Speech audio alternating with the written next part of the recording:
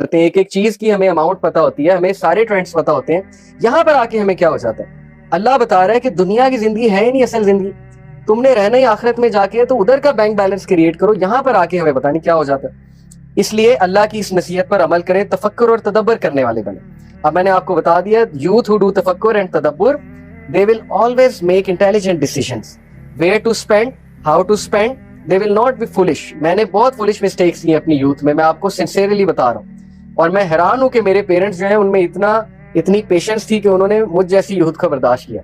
اب مجھے ہنسی آتی ہے اپنی باتوں پہ, اس لیے آئی انڈرسٹینڈ آپ لوگوں کو فن کرنا ہے, گیمنگ کرنی ہے, اٹس اوکے, آپ لوگ کریں, بالکل کریں, لیکن please make smart decisions in life.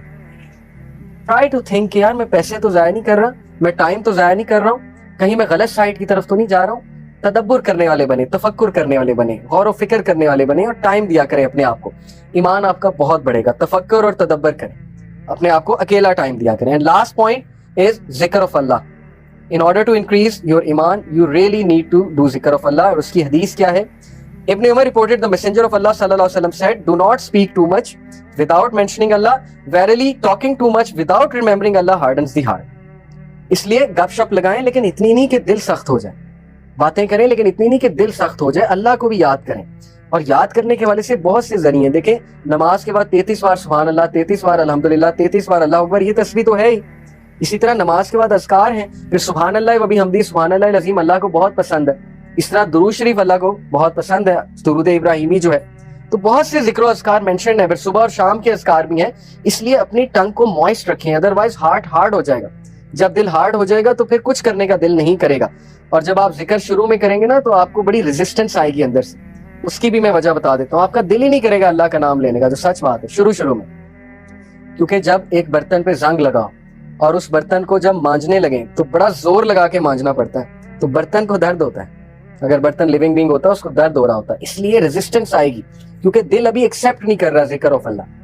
لیکن آہستہ آہستہ کرے گا, وہ کالک دھلے گی پہلے, وہ داغ اترے گا پہلے مانجنا پڑے گا آپ کو, دل کو فورس کرنا پڑے گا ذکر کرنے کے لیے اور نماز پڑھنے کی. First you have to force, then it will become a habit, and the third stage it will become a relief and a joy. Okay, لیکن کچھ لوگ ڈائریکٹ جوائے کی طرف جاتے ہیں, وہ بلیسڈ لوگ ہوتے ہیں جن کو اللہ کے ذکر سے ڈائریکٹلی سکون مل جاتا ہے. تو بی امنگسٹ دوز. تو اس لیے میسنجر آف اللہ صلی اللہ علیہ وسلم کو ایک صحابی نے کہا, messenger of Allah, the laws of Islam are too many for me. اللہ کے رسول, اسلامک لاز بہت زیادہ ہے, میں کس پہ عمل کروں؟ Tell me something I can hold on to. کوئی ایسا عمل بتائیں کہ میں کرتا رہوں, چلتے پھرتے کروں.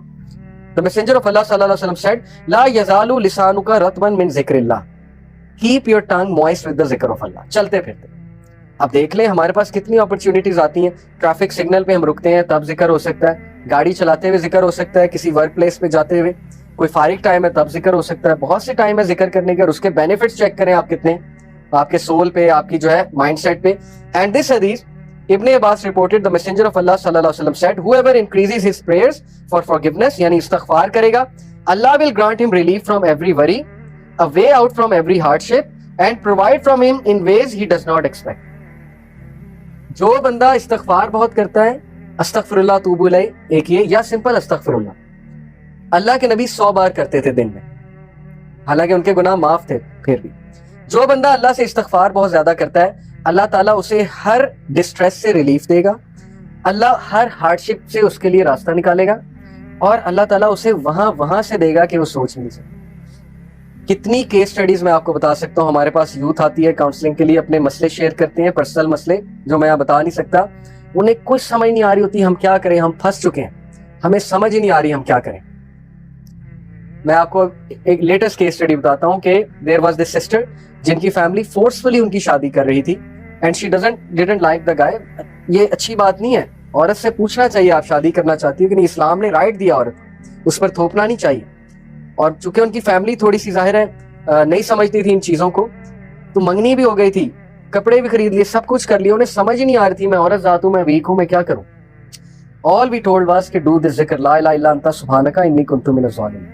کیونکہ حضرت یونس کو اللہ نے اس سچویشن سے نکالا تھا, اندھیرے سے, مچھلی کے پیٹ سے, امپاسبل سچویشن سے. That's it. And she did it. Miraculously something happened. حالات ایسے پیدا ہوئے, وہ جہاں شادی ہو رہی تھی انہوں نے ختم کر دی. انہوں نے کہا کہ ہمیں لگ رہا ہے, ہماری انڈرسٹینڈنگ ہے کہ لڑکا لڑکی کی نہیں بن رہی آپس میں اتنی, تو بہتر یہ ہے کہ نہ کیا جائے, اسٹیپ پہ نہ لیا جائے. حالانکہ ان کے پیرنٹس نے کبھی ختم نہیں کرنا. تو یہ ایک کیس اسٹڈی میں نے آپ کو بتائی. ابھی بہت سے یوتھ ہیں جن کے امپاسبل ٹاسک پھنسے ہوئے تھے, لیکن انہیں استغفار کرنے کو کہا, یہ ورد کرنے کو کہا, وہ اس طرح نکلے ہیں کہ وہ حیران ہو گئے کہ یہ ہوا کیا ہے ہمارے ساتھ, کیسے اللہ نے نکالا ہے ہمیں.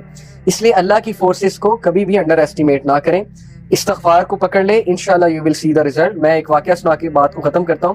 امام احمد بن حنبل کا ایک بہت مشہور واقعہ. Imam Ahmad bin Hanbal is one of the great imams, 4 imams ہیں. امام احمد بن حنبل اتنے مشہور تھے, اتنے فیمس تھے کہ لوگ لٹرلی ان سے ملنے کے لیے دور دراز علاقوں سے آتے تھے, اور تب سواریاں بھی نہیں اتنی ہوتی تھی. تو امام احمد بن حنبل ایک بار عراق کے ایک علاقے میں گئے, اور وہاں پر جب تھک ہار گئے تو ایک مسجد میں جا کر انہوں نے ریسٹ کرنا چاہا. تو ہوٹلز وغیرہ نہیں تھے اس علاقے میں. امام احمد بن حنبل چونکہ کام کے لیے گئے تھے, مسجد میں ریسٹ کر رہے تھے, تو مسجد کا خادم آیا. وہ سب کہتا ہے پتہ نہیں کون شخص ہے, کیونکہ پھٹے پرانے کپڑے تھے, سفر کر کے آئے. تو انہوں نے کہا نکلو باہر, کون ہو تم؟ اب وہ امام اتنے ہمبل ہوتے تھے, اتنے ہمبل ہوا کرتے تھے, ہمارے بزرگ, انہوں نے نہیں بتایا میں امام احمد بن حنبل ہوں. انہوں نے کہا کہ I just want to rest a bit. اس نے کہا کہ ریسٹ الاؤڈ نہیں ہے, نکلو یہاں سے, چور چکے آ جاتے ہیں تم جیسے. امام نے ریکویسٹ کی لیکن نہیں. وہ بیچارے اٹھے, جا کر سیڑھیوں پر بیٹھ, وہاں ریسٹ کرنے لگے. وہ بندہ وہاں بھی آ گیا, اس نے ہاتھ پکڑا ان کا, بازو پکڑ کے گھسیٹ کر دھکا دیا کہ نکلتے ہو کہ نہیں نکلتے. یہ کس کے ساتھ ہو رہا ہے؟ امام احمد بن حنبل کے ساتھ. ان امیجنیبل بیہیویئر. اگر اس کو پتہ لگ جاتا ہے امام احمد بن حنبل ہے تو اسی وقت پاؤں پڑ جاتا ہے. لیکن امام احمد بن حنبل کی آپ ہیوملٹی چیک کریں, انہوں نے نہیں بتایا کہ میں نہیں چاہتا کہ میرے پریشر میں آ کے میری عزت کرے. تو ایک بیکر قریب تھا, جو بیکری والا تھا, وہ روٹیاں لگا رہا تھا, نان شان لگا رہا تھا, رات کا وقت تھا. اس نے دیکھا کہ یہ بھلا آدمی معلوم ہوتا ہے, غریب سا آدمی ہے. اس نے کہا آپ ایسا کریں, آپ میری طرف آ جائیں. امام احمد بن حنبل بڑا خوش ہوئے. کیا دیکھتے ہیں کہ جب وہ اس کی طرف آئے, آ کر بیٹھے, تو وہ بندہ نا استغفار بہت کر رہا ہے, استغفر اللہ استغفر اللہ استغفر اللہ توبو الیہ, اور روٹیاں لگا رہا ہے, ساتھ ساتھ نان لگا رہا ہے. تو امام احمد بن حنبل بڑا خوش ہوئے, کہتے کہ او مین آپ بہت زیادہ استغفار کرتے ہیں. تو اس نے کہا کہ اس کی ایک وجہ ہے. امام احمد بن حنبل نے کہا کیا وجہ ہے؟ ہی سیڈ کہ میں نے ایک حدیث سنی. امام احمد بن حنبل اور خوش ہوئے کہ حدیث جانتا ہے بندہ, نیک آدمی ہے, اچھا سناؤ, کیونکہ وہ محدث تھے, مسند احمد انہوں نے لکھی ہے. ہی سیڈ کہ میں نے حدیث سنی ہے کہ اگر کوئی بندہ اللہ سے اپنا کوئی کام کرانا چاہتا ہے تو بہت استغفار کرے. وہ اتنا خوش ہوئے, ہی ہگڈ ہم, ہی سیڈ کہ یار مطلب کمال حدیث سنا دی تم نے, لیکن کام کیا کرانا چاہتے ہو؟ ہی سیڈ میری خواہش ہے امام احمد بن حنبل سے ملو. اینڈ امام احمد بن حنبل لٹرلی کرائیڈ. ہی سیڈ کہ آئی ایم امام احمد بن حنبل, اللہ مجھے لے آئے تمہارے پاس.